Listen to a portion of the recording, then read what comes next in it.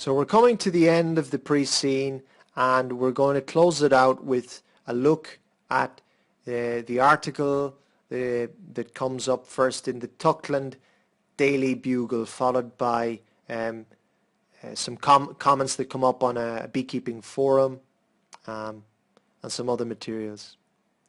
So, looking at the article in the Tuckland Daily Bugle, we see it comes from the 16th of January 2017, and it talks about the rise of beekeeping in Tuckland. I've alluded to this fact before, that this is a growing market. Mavis Venderby has a right to be ambitious with regard to its future performance. It seems to me they're not being ambitious enough. So, the article starts by saying there's been a revival in beekeeping in recent times, and that's fueled by two factors. Okay, first of all, the increase of the popularity of the hobby of beekeeping, and secondly, tied to this, is a growing appetite for homegrown honey.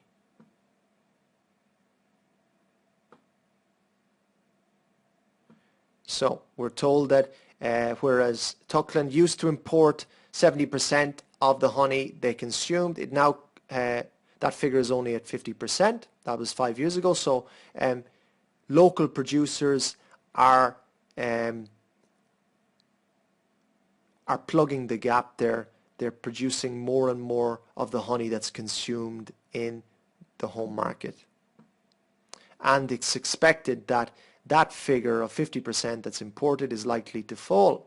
So there's a lot of potential growth for national honey producers. They're still importing 50% of the honey they consume.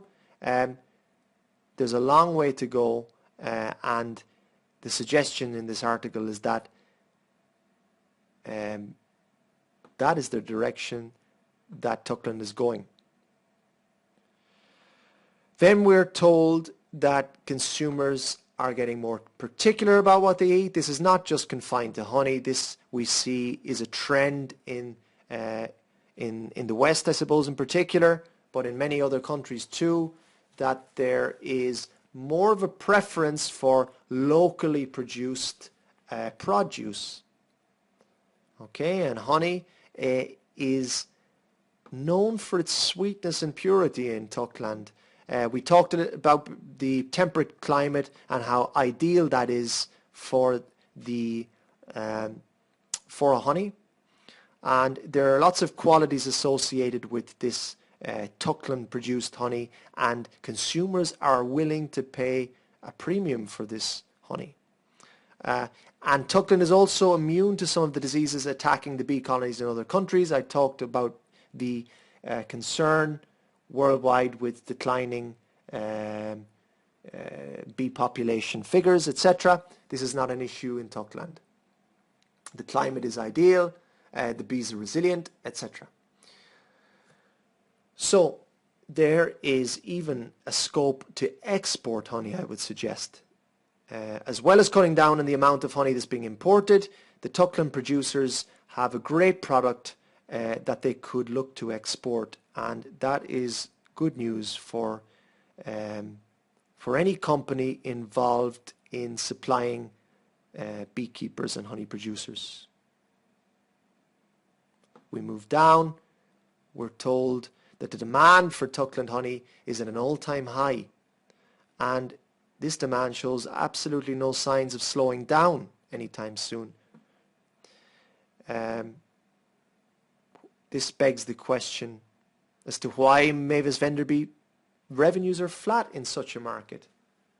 They're producing the honey, they're supplying the honey producers, and the honey producers are witnessing this this boom in the honey market. So why should Mavis Venderby revenues be flat, and why is it that they're projecting revenues that are increasing only by 6% in 2 years' time? It seems really unambitious. So to meet the increased demand, we're told that the number of commercial honey farmers has increased 200% from 5 years ago. Now, this is very interesting, because we saw that the commercial beekeepers represent less of a percentage in total sales for Mavis Venderby compared to 5 years ago. Yet we're told here that the commercial honey farms are actually growing.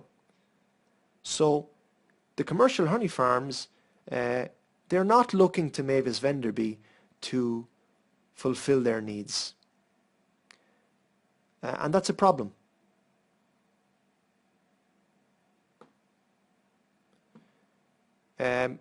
We're told again that each commercial farm can have anything up to 500 hives.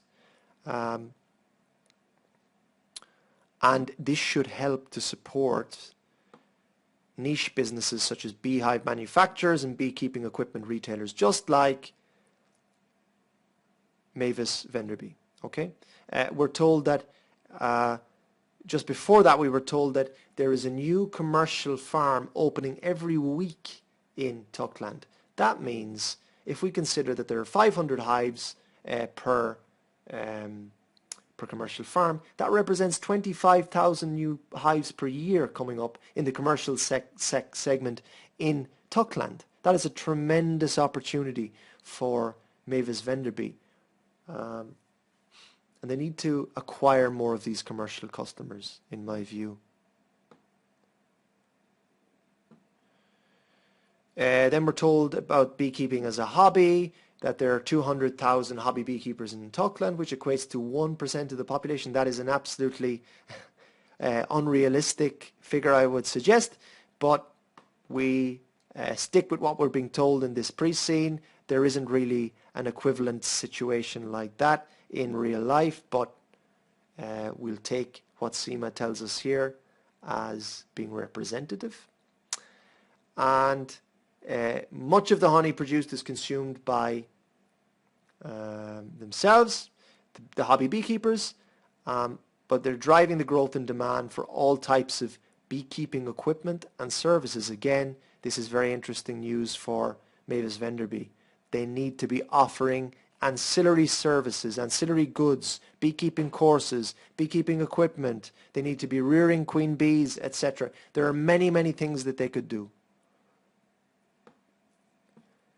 According to the Tuckland Beekeepers Association, one of these bodies that Jacinta Corey is very close to, hobby beekeepers are more likely to want to buy gadgets and to have the latest equipment.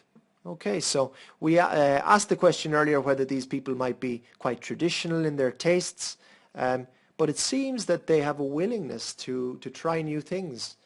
So we probably didn't give them the credit they deserve. They're looking for advice, which Mavis Venderby, we're told they have very knowledgeable staff. Presumably they're giving this advice when these hobby beekeepers come to their stores. And here we have the first mention, I think, of beekeeping courses. The provision of beekeeping courses more than tripled in the last 10 years.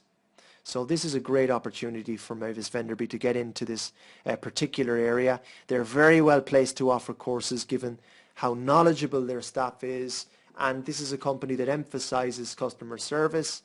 Thomas Venderby wants to go on emphasizing that, so why not get into the provision of beekeeping courses?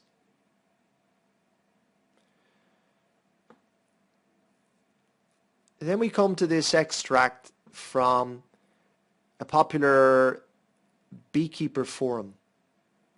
And we have this person who is posted here. They're talking about this dilemma that they have, that they've been reading about this new type of hive, which is made from polystyrene, not wood, polystyrene. The first thing I would ask is Mavis Venderby maybe present on these forums? Is it an opportunity to get the word out, to potentially acquire some new customers? That's something maybe to consider. I don't think they have the manpower in their sales and marketing team at the moment to do everything. They're doing a lot already, but maybe if they want to consider upping the